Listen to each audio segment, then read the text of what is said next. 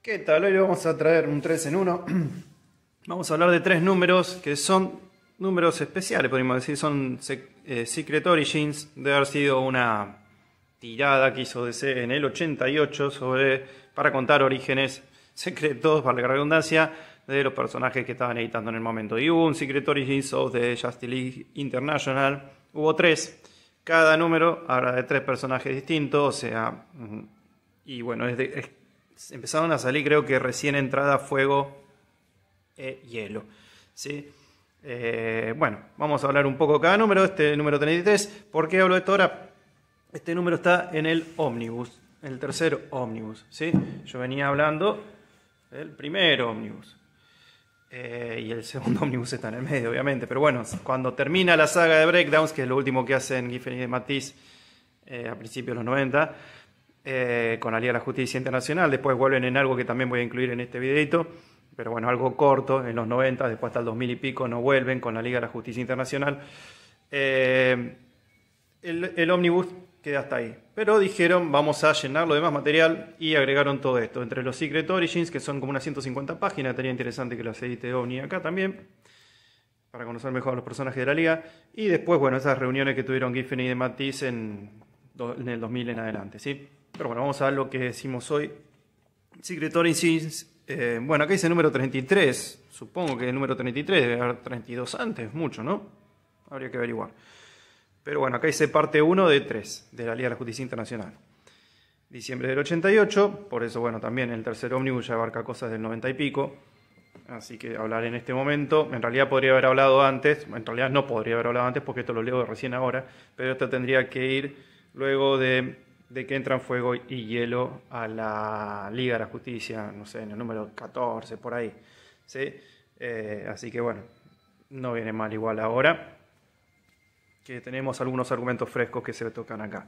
Empezamos con la historia de Mr. Milagro, ¿sí? Es una historia que se llama Escapismo. Como vemos acá, las historias no son de Giffen y de Matisse, o al menos no todas, algunas capaz que sí. Acá es Mike Carlin el dibujante y Don Heck es Mike Carlin el escritor y Don Heck el dibujante. Son dos historias en paralelo en realidad. No es solo el origen de Mr. Milagro, sino que también es el origen de Oberon. La historieta va en tira, una superior para la historia de Mr. Milagro y otra inferior para la historia de Oberon, que van con cierto paralelismo en el guión, ¿sí? Fíjense que hasta en el dibujo algunas cosas se reflejan como similares cuando se puede, ¿sí? El planeta acá de Apocalypse, donde es criado Scott Free, o el planeta Tierra, donde bueno, fue criado el Oberon. Cuando puede se conectan un poco esos guiones como para que haya cierto paralelismo entre las dos historias. Y se explican las historias en uno de los shows que está brindando Mr. Milagro de escapismo, lo que siente Oberon sobre cada uno de esos shows, y empiezan a relacionar los dos y lo que piensa Mr. Milagro, cosas contradictorias a lo que piensa uno del otro, en cuanto al riesgo de milagro, por ejemplo, en cada uno de los espectáculos.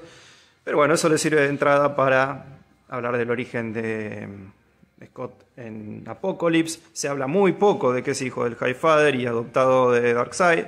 Se habla de que fue criado por la abuelita Bondad y torturado, también se lo ve. De Oberon también se ve que perdió a su familia de chico, va a un circo donde lo maltrataban. Y hasta que se cruza con un mago, que fíjense que el mago es el que usaba el traje del señor Milagro, que conocemos todos en realidad. Porque ¿qué pasa? Después este mago va a Vietnam con el traje puesto, se ve.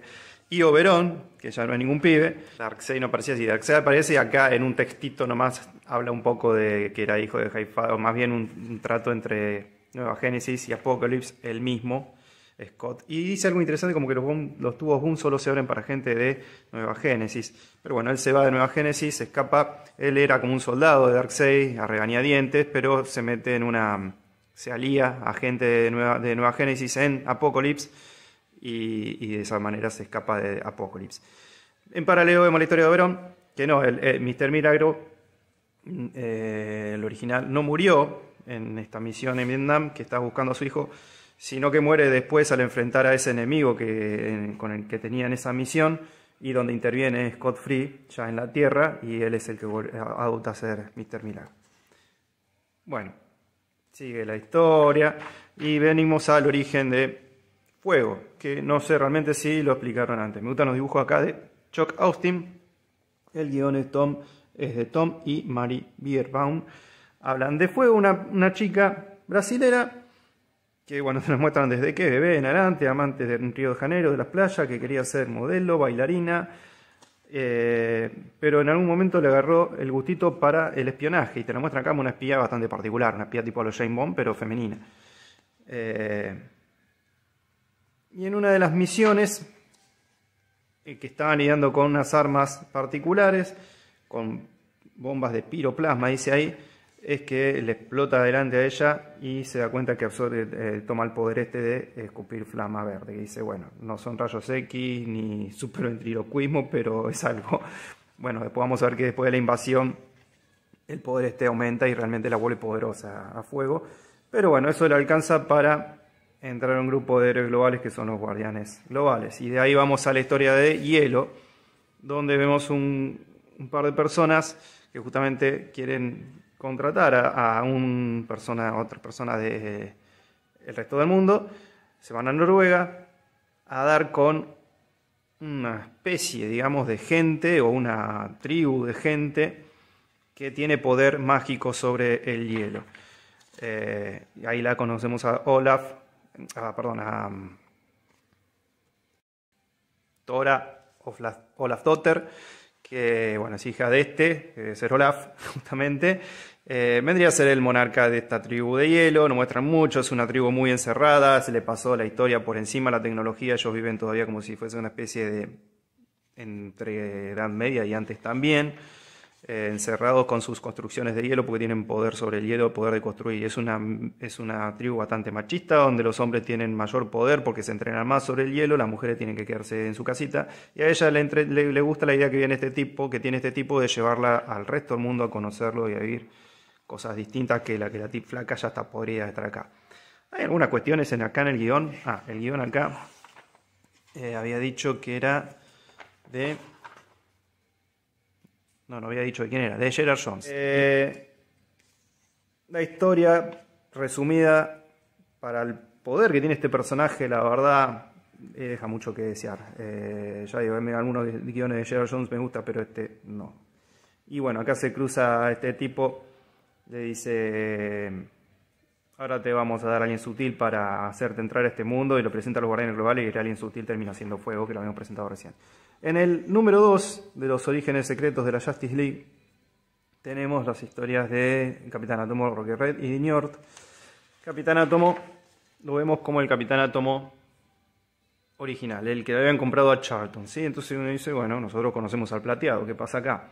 Hay una mesa de un montón de gente que le rinde tributo al Capitán Átomo y todos cuentan cómo lo conocieron. Este cuenta un poco el origen, el primero que habla, porque es un tipo que estuvo envuelto en cierta misión donde hubo un accidente con ese cohete y su reactor nuclear, y de ahí parece que voló en pedazos el Capitán Átomo y se recreó. Bien parecida a la historia del Doctor Manhattan, que es en la que se basó, o sea, es la historia Alan Moore creó al Doctor Manhattan al hacer una especie de paralelismo con el Capitán Átomo, en realidad, porque Capitán Átomo es anterior al Doctor Manhattan. Capaz que la historia original de Charlton sea esta.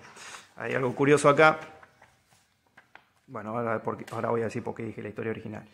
Cary Bates es la escritora, Greg Weisman alguien de los que participó en los bocetos, Alan Weiss el dibujante, Joe Rubinstein en las tintas. Y acá, claro, Capitán Átomo creado por Pat Mazzulli, Joe Hill y Steve Ditko. Steve Ditko, este general que empieza a hablar, se llama General Tatko, ¿sí? Detalle. Y alguno más está parodiado ahí también entre sus creadores. Así que no me extrañaría que este sea el origen posta de Fawcett del Capitán Átomo. Después pasamos a otros personajes, como un chico que termina curando por hacerlo pasear por radiaciones de Júpiter, creo, o algo por el estilo, a una pareja que salva de una prueba nuclear, y a un ruso que dice que lo salvó de una de las misiones espaciales que se venía a pique, se iba a prender fuego en en la atmósfera, en estratosfera, y él lo salva de que caiga calcinado. Pero vemos que detrás de toda esta reunión está el doctor Megala y el general Eiling, creo que es el nombre. Son personajes de la historieta del Capitán Átomo que se estaba editando en paralelo a la Liga de la Justicia desde el número 1, ¿sí? Después de la crisis en las Tierras Infinitas. Tenía una historia, yo recordaba que era distinta, y es la que encuentran acá en unos pocos cuadritos, bueno, mejor dicho, en un cuadro con el Capitán Átomo como lo conocemos nosotros y cuadritos de texto, que es lo que realmente pasó. Era un personaje que supuestamente estaba en prisión. No dicen si era un tipo noble o no, simplemente dicen eso, y que el podía zafar de la prisión si iba a un experimento, y ese experimento lo terminó trasladando cuánticamente al futuro y dándole los poderes que tiene. En resumen, muy resumen, es eso lo que cuentan acá mismo. Seguramente si uno lee la revista va a encontrar mucho más datos. Y dice que esa historia que estaban inventando, que son historias que querían inventar para el público, vayan afinando ciertos detalles. Como que están atrás de ese origen encubierto que, como digamos que un héroe americano no podría ser un tipo que estuvo en prisión. O detenido por algún, no me acuerdo si era un crimen de guerra o algo por el estilo que lo acusaban. Pasamos a la historia de el misil rojo con William Messner Loebs en el guión, que creo que estuvo en alguna de las historietas relacionadas con la Justicia Internacional. Aep Novik en lápices. Están hablando acá un general con el ministro Gorbachev y aparece el misil rojo Dmitri, ¿sí? Hablan un poco de cuál es el origen de los misiles rojos, cómo intervino Kilowog para ayudarlos, el Linterna Verde en crear sus armaduras, su tecnología. También hablan de qué pasó con el misil rojo anterior a Dmitri, que había terminado siendo un robot Manhunter en el evento Millennium, así que esto se puede leer después de Millennium. Y de repente ese general se transforma en una máquina bastante bizarra, robot que atenta contra Gorbachev. Y se mete misil rojo y lo salva, y hacen quedar un poco bien parado a Estados Unidos y dejan un poco mal parado a Rusia sin dejar mal parado a Gorbachev. Estamos en una historieta del 88. En fin. El origen secreto de Njord. Esto salió en Perfil en el número 20 de la Liga de la Justicia Internacional, donde veíamos después de la invasión cómo se reunían todos los héroes después de la invasión, y de acá se crea la Liga de la Justicia de Europa. Bueno, sobraban unas páginas, porque esto en realidad esta historia la sacaron en realidad de un especial. Se ve que sobraron unas páginas y aprovecharon para poner la historia de Njord, que es una de las más entretenidas de todos los Secret Origins. Y acá sí, que muy probablemente sea la primera vez, bueno, igual la de Dmitri también, aunque muchos no hablan del origen de Dmitri, es una especie de historia de misil rojo más que un origen de Dmitri, pero bueno. Este sí, el origen secreto de Njord, y acá lo ponen con título y todo. Y Feni de Matisse, que son los creadores en los dibujos, los bocetos y los guiones, y Stephen Di Stefano en el dibujo, con un estilo muy de la especie del Grinch de Navidad, no sé si tendrá que ver. Y vemos un poco la historia del planeta de Njord, que aparentemente le llega una pareja, un bebé. Lo dejan entrever como que eso no se sabe si es realmente hijo de esa pareja o no. Resulta que el bebé se la pasaba gritando. Bueno, básicamente habla de cómo maltrataban los padres al nene por la poca tolerancia que tenía, aunque era difícil de tolerarlo también. Termina llegando a la adolescencia, a la universidad, bastante...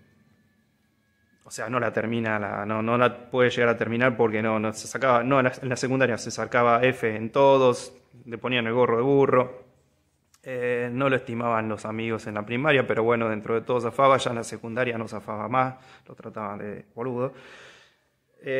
Y en una lo va a visitar al tío, que supuestamente era Linterna Verde. Tío no, él sabía que tenía un familiar lejano, y cuando lo va a visitar le dice que es tío. Y la verdad que se deja entrever como que parece ser que no solo el tío, capaz que era el padre. Y el personaje este Linterna Verde, que se llama Newman, le dice que era muy venerado entre los Linternas Verdes, y los convence a los guardianes. Dice, nos estás cargando, no los estoy jodiendo. Sí, nos estás jodiendo, pero de alguna manera, y no dicen cómo, los convence a los guardianes de hacer que Njord, sobrino, hijo o lo que sea, que no sabía para dónde ir para su vida, se transforma en linterna verde. Entonces lo asignan a un sector espacial donde la única forma de vida que hay no es superior a una ameba. Pero hasta las amebas necesitan protección. Después se cruza con la Tierra en el evento, con los terrícolas en el evento de Millennium, termina en la Tierra y en la Liga de la Justicia, como todos sabemos. Y después vamos al tercer número. Vamos al número 3 de 3.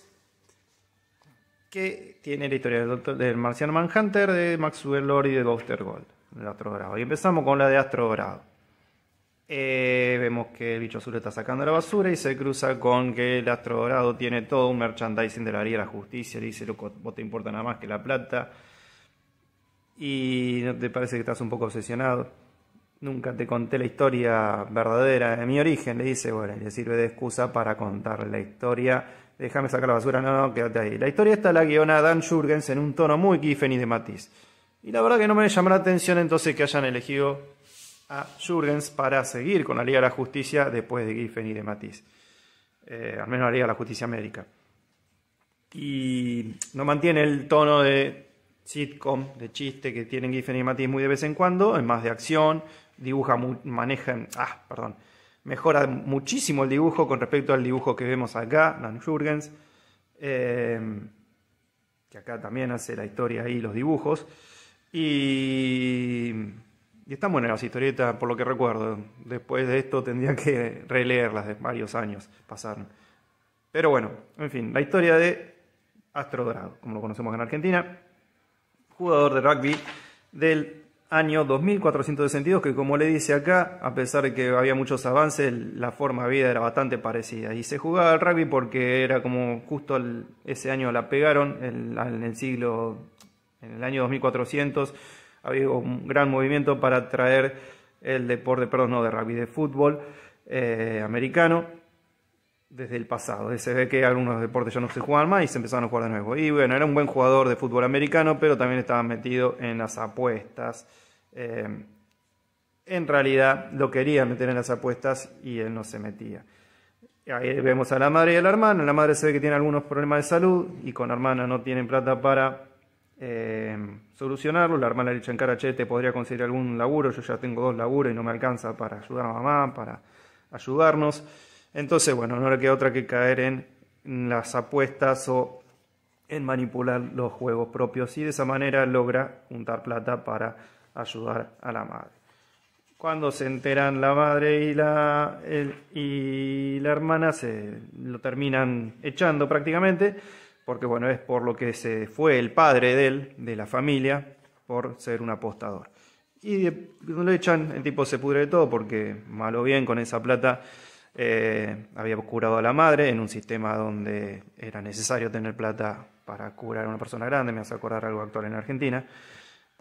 Y la cuestión es que a Astrogrado le gusta la plata y la vida con plata, así que se va y hace la suya, pero como lo meten en cana, por eso en realidad la madre se entera cuando lo vienen a meter en cana por fraudes, lo hacen hacer trabajo comunitario en un museo, donde ve cómo son los orígenes de los seres verdaderos y se siente un poco más culpable, y él dice, voy a viajar al pasado a rehacer mi imagen, ya lo único que le importa es él nada más.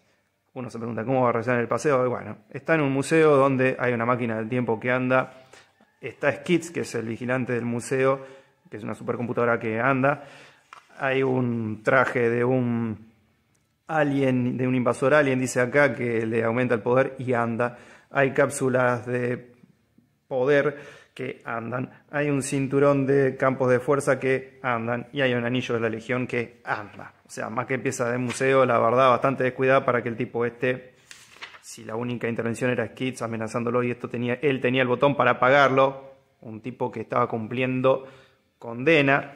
En fin, no vamos a dar mucho análisis sobre el argumento del origen de Astrogrado, pero bueno, la cuestión es que termina yendo al pasado y se hace su imagen de héroe, pero a la vez se asocia a un manager que le consigue plata por dar esa imagen de héroe. O sea, se marketinea Astrogrado. Por eso el símbolo de dólar en su sigla de Buster Gold. ¿Sí? ¿Sí? Acá lo vemos mejor. Bueno.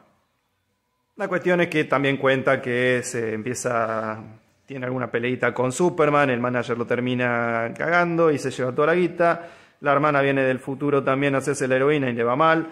Y termina con la Liga de la Justicia. Aparece el detective marciano y dice, che, no se puede hacer este merchandising con la Liga de la Justicia, sacalo de acá. Y fin de la historia. La historia del Martian Manhunter la vemos contada desde un personaje grande, de un tipo, un policía, que nos cuenta que de la nada apareció alguna vez un tal detective Jones, que el tipo podía, con lo que venga, el tipo contaba como por todo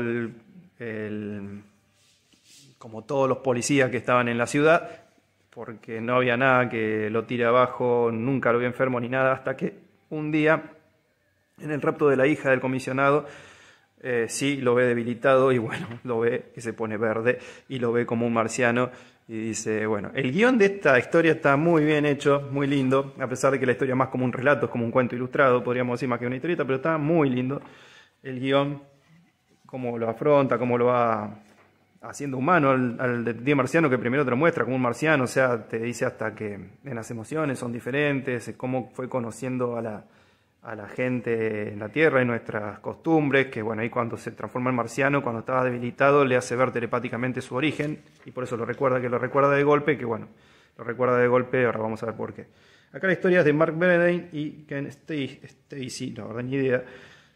Aclara que el Martian Manhunter fue creado por Joe Samachson y Joe Certa. Bueno, nos dice como que el detective marciano, al tener telepatía en Marte, no necesitaban cosas como la televisión, porque se hacían la imagen de lo que el otro quería mostrar desde la mente directamente. Acá, bueno, la televisión era algo desconocido y le daba el símbolo de sorpresa de ver lo que podía llegar a ver adentro de esa caja, no se lo iba a imaginar.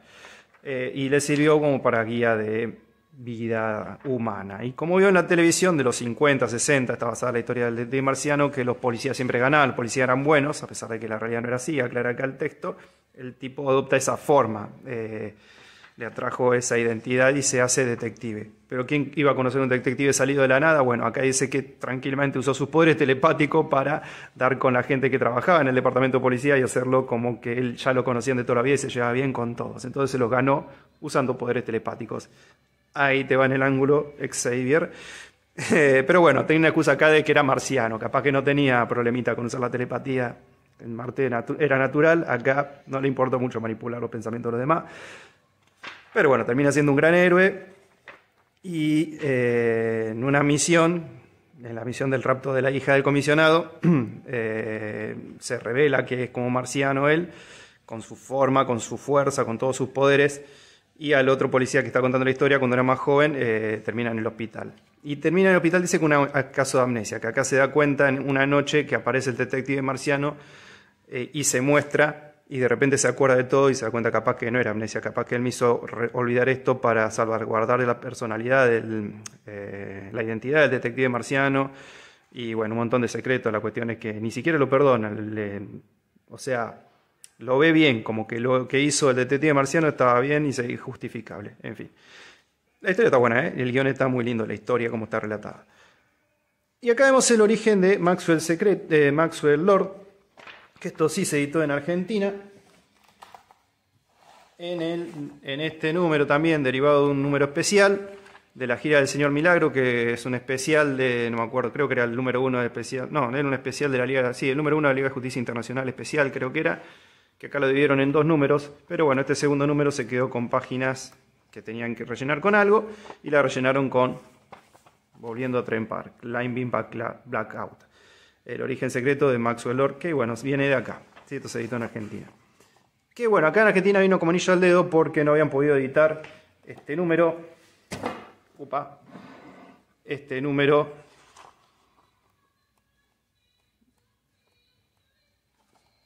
el número 12, bueno, ahí vimos que Fuego y Hielo están en este número ya.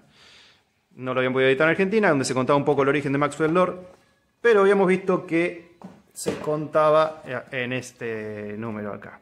Y con eso daban la excusa. Sin embargo, esto que cuentan acá, este origen secreto, lo explican bastante bien en el número 12. A ver, entiendo que el número argentino le haya venido como anillo al dedo, pero en Estados Unidos no sé por qué le dedicaron un Secret Origin a Maxwell Lord, que es prácticamente lo mismo recontado, y no a uno a Blue Beetle, a Bicho Azul o a Guy Garner. En fin, ahí pasa la historia. Una cosita que me acabo de acordar, cuando está Buster Gold en el museo de héroes, se ve que está Batman, Superman y una pata bastante particular. Parece la del Hombre Araña. Y había alguna otra cosita que me estoy olvidando, seguramente, que quería contarles. Algunos detalles que van pasando. Bueno, algo más que voy a hablarles acá, porque también convive con estos tiempos de la Liga de la Justicia, es algo que se editó en el 98, 10 años después de esto, varios años después también de que terminara la Liga de Justicia de Giffen y de Matisse, en el GLI, Liga de la Justicia América, 80 páginas gigante. Acá se editó en el ómnibus con el formato un poco más que A4, pero bueno, no es el formato original, era más grande el formato original, que se editan bastantes historias. Hay una de Blue Beetle y Buster Gold, prácticamente de la Liga de la Justicia Internacional, porque aparecen demás personajes también, y de por Giffen. Ahora que me doy cuenta, por Giffen solo. Pensé que era Giffen y Matisse, pero no, es solo por Giffen y Maguire. Con razón, algunos diálogos se me hacían un poco más, no tan buenos. Discúlpame, Giffen. Giffen es muy bueno como argumentista, como plot, como se llama, como haciendo los bocetos. Pero el guión, los diálogos que arma de Matisse son mejores. No digo que no. Sobre todo, fíjense, esta página fue editada en un giant size y se podría haber aprovechado más diálogo. La verdad que hay diálogos medio estirados para un giant size. En fin, no es una historia de la gran cosa, pero la historia se basa en esta misma página, que prácticamente casi la misma página que fue en la Liga de la Justicia 4, por ahí, cuando Guy Gardner se golpea la cabeza, o 5, se golpea la cabeza abajo del monitor de la liga por ver un ratón. Y bueno, si quieren sacar de encima ese ratón. Ahí hablan con el detective marciano y bueno, ¿cómo vamos a hacer? Pongan trampas, no puede meterse entre los cables, estamos hablando de la computadora de la liga, no se puede romper. Chistes sobre eso, chistes sobre haber tocado la caca del ratón. Chistes con Astro Dorado hablando de ratas que no le caen, un ratoncito sí, las ratas no. Y acá parecería ser que aparece por primera vez Guy Gardner, por primera vez, pero bueno, contado acá en el 98, ¿no? El Guy Gardner con inocentón por el golpe en la cabeza, ¿sí? Con la cara de sorpresa de todos. Y se preocupan más por ese Guy Gardner que por el Guy Gardner grosero que ya conocían y que tampoco les caía.